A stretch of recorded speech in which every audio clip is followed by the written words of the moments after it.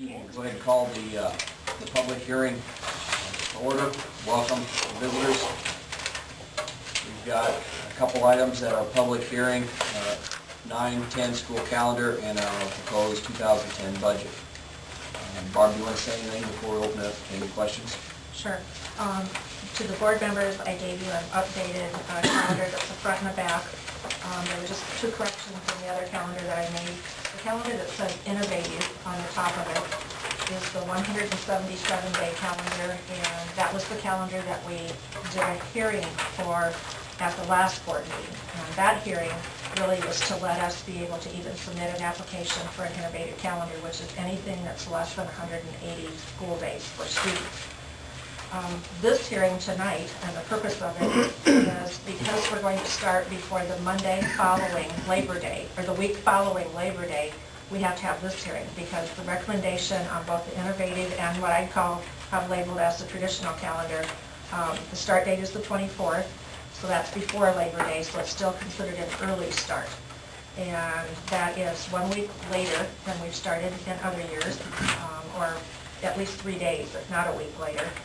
You can see that in-service on both of these calendars starts on the 19th and 20th for teachers, which is the Wednesday, Thursday. School starts on the 24th, and at the end of the year, school ends before Memorial Day on both calendars.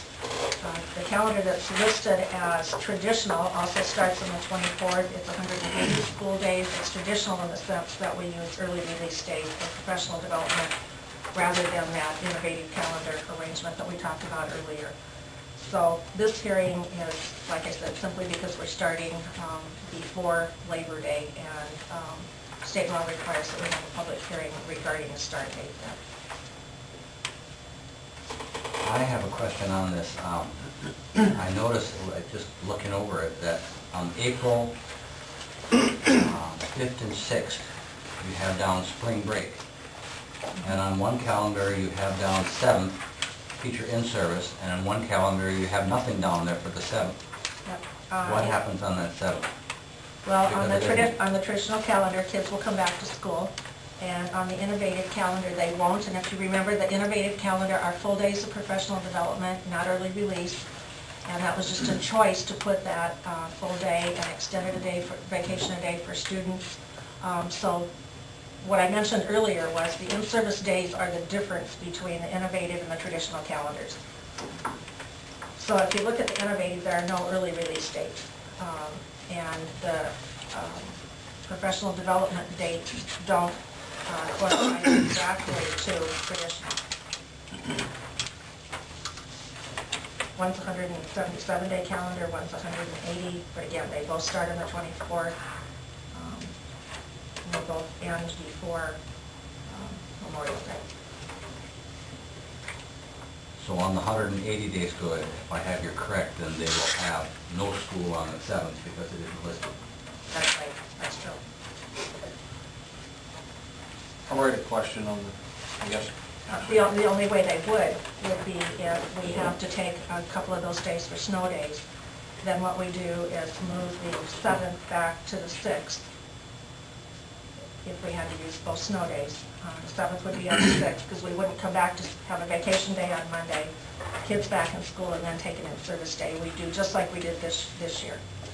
Today actually was supposed to happen tomorrow, but because of snow, the calendar changed. And if you notice that on the left-hand side of both of those calendars, in a box down toward the bottom 2/3 of the page, it says any snow days after February 15th, 2010 will be added to the end of the school year.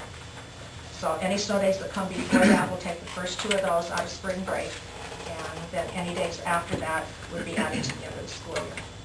How do the teachers feel about having full days of in-service? What's the benefit?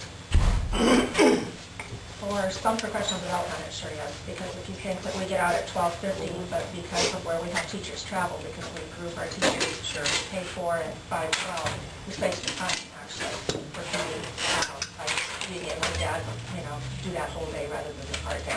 There's some things before they get started in that 2 or 3 hour time period. So, you know what, we'll try it if it's approved, and in another year, if we say, this is not what we thought it was going to be, we can go back to the traditional model again. I think the innovative calendar looks good, and it certainly would be easier on the parents and the businesses and things like that, not to have all the early out, so that's my opinion. What's the reasoning? School starts on the 24th, in-service on 19th and 20th, but not the 21st, just a long weekend? Or Well, what's it the is, reason for but a that? lot of teachers come in and work on the 21st without being service. I'm going to look back at Cindy. That's fine, I think I that's a just- fair thing to say, that very fair. we do meetings, so the 19th and 20th as part us meeting with them, and then some work in their rooms, but. That's they're- fine, I just didn't know what. Yeah, they almost all work on the 21st.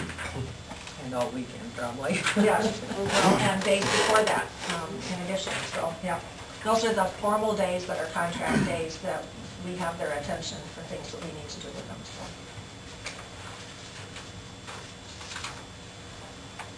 so. Is there any other comments or questions from, I guess, really anyone here? When will you know about the innovative calendar? When will they have an idea? I don't know.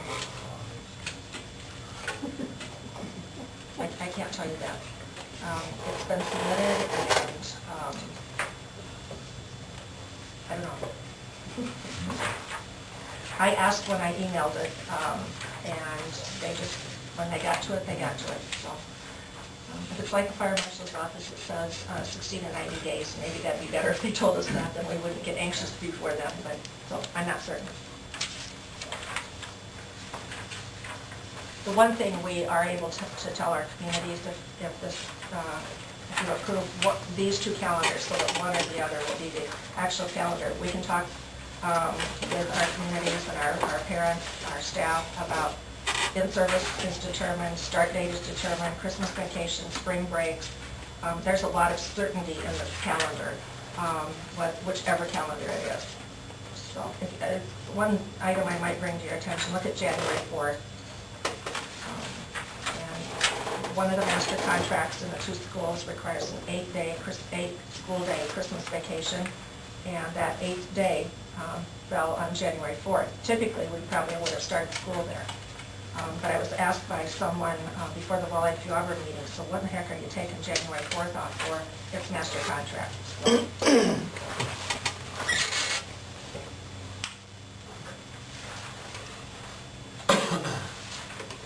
Anyone in the audience have any questions about them? Since we do have a lot of snow sometime after the February 15th, and the teachers almost can say if we have this calendar that they're going to be seeing it somewhere close to the end of that particular month in May. If that- Actually, what you're describing is exactly what happened this year, Dave. We had 2 full days. Well, actually, we've had 3, because seniors will be going on a Saturday part day to make up their day. So,